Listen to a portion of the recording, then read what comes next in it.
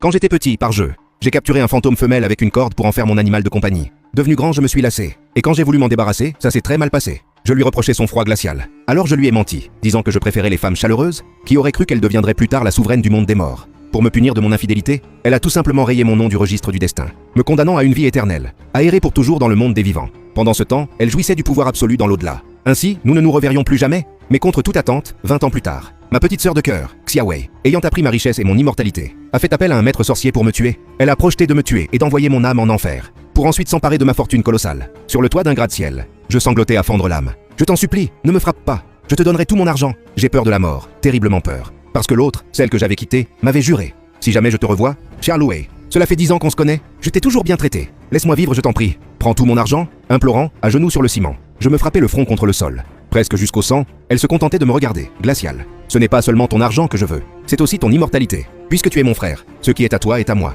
Si tu tiens vraiment à moi, alors abandonne tout. Sur ce, elle fit un signe au maître en robe. Le maître m'attrapa par les cheveux et me traîna vers le bord du toit. L'immeuble a 52 étages. Un rituel était déjà prêt en bas. Si je tombais et mourais, ils réussiraient leur coup. Je n'aurais alors aucune chance de me réincarner. Xiaowei avait tout calculé, elle voulait agir proprement, pour m'empêcher de revenir en fantôme vengeur. Quand j'ai repris mes esprits, j'étais déjà un esprit, dans le monde des morts. 2 agents des enfers m'encadraient. La brume noire tourbillonnait autour de nous. Les cris de souffrance se faisaient plus nets. Je connaissais cet endroit. C'était l'entrée des enfers. Il fallait remercier mon ex. Quand on s'était séparés, les yeux rouges, elle m'avait traîné ici pour me faire peur. À l'époque, elle n'avait pas vraiment osé me jeter en enfer. Mais cette fois, j'allais probablement être anéanti. Je me débattais, refusant d'avancer. Je criais, je suis mort injustement. Je n'ai fait aucun mal. Je vous en supplie, laissez-moi tranquille. Me voyant résister, un agent à la petite moustache sortit un fouet à pointe et me frappa violemment. La douleur me traversa l'âme. Je m'effondrais, incapable de crier. Tout courage. J'avais peur. Mais je voulais tenter ma chance. Si par hasard elle se souvenait de moi et m'accordait une réincarnation, plutôt que de disparaître à jamais. Je rassemblais mes forces pour parler.